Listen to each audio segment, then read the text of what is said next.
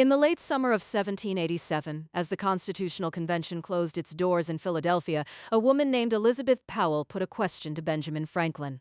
The delegates had spent 4 months behind locked windows and the country still did not know what they had made, so she asked him plainly, "What have we got, a republic or a monarchy?" Franklin's answer was just as plain. "A republic," he said, "if you can keep it." That last clause is the part people forget. Not a republic, settled and finished. A republic, if you can keep it, a thing that could be lost, that came with a condition attached. Franklin was not promising that the new government would hold. He was warning that it might not. But notice what the question was actually about. Powell asked whether the country would be ruled by the many or by one, a republic or a monarchy. She was not asking the harder question, the one that would shape American life far more than the choice between a president and a king. That question was this: who governs the ground you are standing on? Because the answer the convention gave was not one government, it was two. Picture a single acre of American soil, a house on it, a family inside, a road running past. Standing over that acre are two separate governments, each claiming authority, each able to make law that reaches the people who live there. One is the government of the United States, the other is the government of the state. They are not the same body wearing two hats. They are two distinct sovereigns, and the entire structure of American government begins with the line drawn between them. And this is not an abstraction. The family in that house pays federal taxes and state taxes, two different bills, owed to two different governments. They follow federal law and state law, and the two are not always the same. If they are accused of a crime, there can be two separate court systems that might try them, with two separate benches of judges and two separate sets of prosecutors. Most of the time, the two governments stay in their lanes and the overlap goes unnoticed. But the overlap is always there. Two sovereigns, one acre. That is the ordinary condition of American life, and it was a deliberate choice. The Constitution never uses the word federalism. It does not announce the idea, it builds it quietly in the actual clauses, and once you see how, you cannot unsee it. Start with the national government. Article 1, Section 8 is a list. It opens with the words, "The Congress shall have power to," and then it enumerates to coin money, to raise armies, to establish post offices, to regulate commerce among the states. 18 clauses. And here's the thing that list quietly establishes: if a power is not on it, or cannot be fairly drawn from it, the federal government does not have it.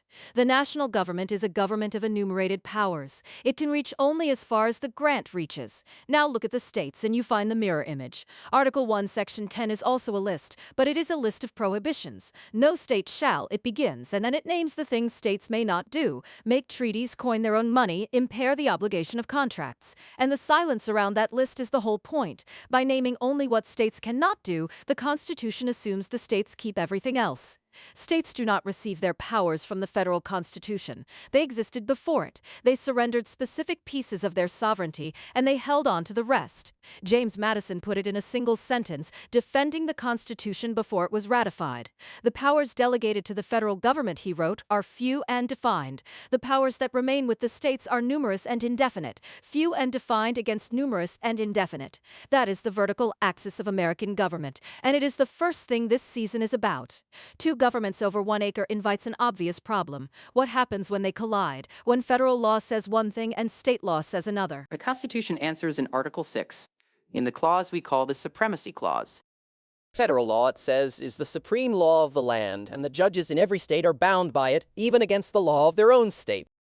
But read the clause slowly, because there is a condition buried inside it that changes everything. Federal law is supreme, and here are the exact words: when it is made in pursuance of the Constitution. Not all federal action, only federal action taken in pursuance of the powers the Constitution actually grants. A federal law passed within the enumerated powers stands above any state law in its path, but a federal law that reaches beyond those powers is not supreme over anything. It is simply void. The Supremacy Clause does not make the national government a master of the states. It makes valid national law supreme, and quietly ties that supremacy back to the list in Article 1, Section 8.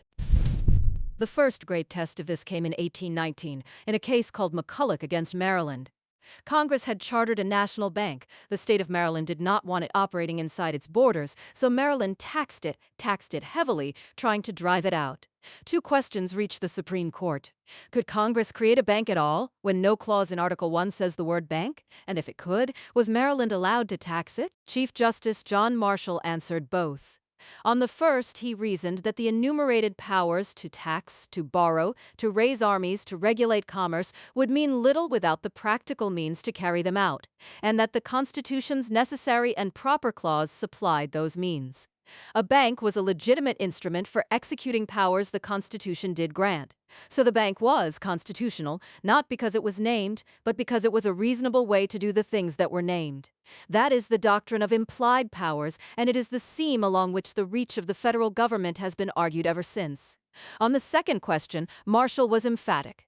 Maryland could not tax the bank because the power to tax, he said, involves the power to destroy, and a state cannot be permitted to destroy what the national government acting within its valid authority has lawfully created. Valid federal law stood above the states. That is the Supremacy Clause doing its work with the conditions satisfied. So we have two governments over one piece of ground, a line dividing what each may do, and a rule for resolving the collisions between them. Madison saw something in that arrangement that he believed was the deepest protection the Constitution offered ordinary people. Listen to how he put it. In the Compound Republic of America, he wrote, the power surrendered by the people is first divided between two distinct governments, that is, the line between the nation and the states, and then the portion allotted to each is subdivided among distinct and separate departments, legislative, executive, judicial. And from that double division, he said, a double security arises to the rights of the people. The different governments will control each other at the same time that each will be controlled by itself, two securities. The first runs up and down the nation and the states, checking one another. The second runs side to side within each government, the branches checking one another. That is the architecture. Not one wall against the abuse of power, but a grid of them. Power divided once between two sovereigns, and then divided again inside each. This season walks that grid. It starts here with the vertical line, the two sovereigns, what each may do, and how the Constitution settles the fights between them. From there it turns to the horizontal line, inside the national government, and takes the branches one at a time, what the legislature actually controls, what the courts can and cannot do, and what the executive's vast machinery is authorized to reach. And then it looks at the places where the branches act on each other, where one writes the other's rules into law, where one refuses to, and where one is hauled before another to answer for what it did. The promise that Franklin attached his condition to was not a simple one. The thing the convention built was deliberately complicated, divided on purpose, held together by the friction between its parts. To keep a republic, it helps to understand how that republic was actually made to work. That is where we begin.